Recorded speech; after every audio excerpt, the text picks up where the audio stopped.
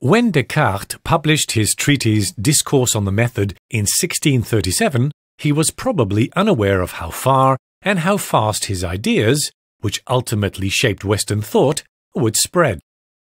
For example, Descartes recommended breaking a problem down into sub-problems and repeating the process as many times as necessary to obtain sub-problems simple enough to solve.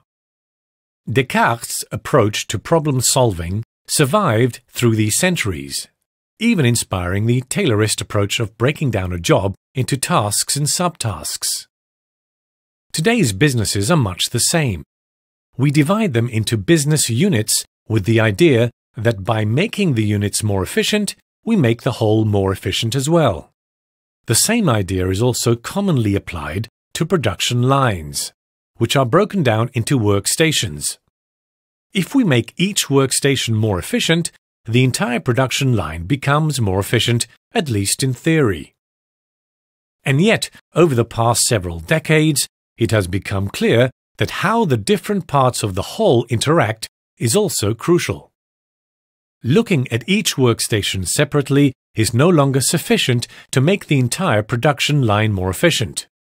The production line is a chain, and each workstation is a link in that chain.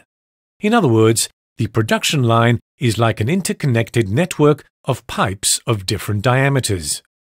Unfortunately, because capacity differs from one workstation to another, production lines must often cope with a bottleneck effect created by a scarce resource.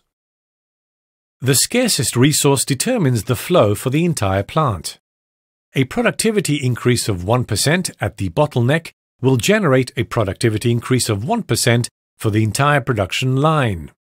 However, the work it takes to achieve a 1% productivity increase on a non-bottleneck workstation wastes time that could be better spent improving the bottleneck workstation. Are you ready to think global?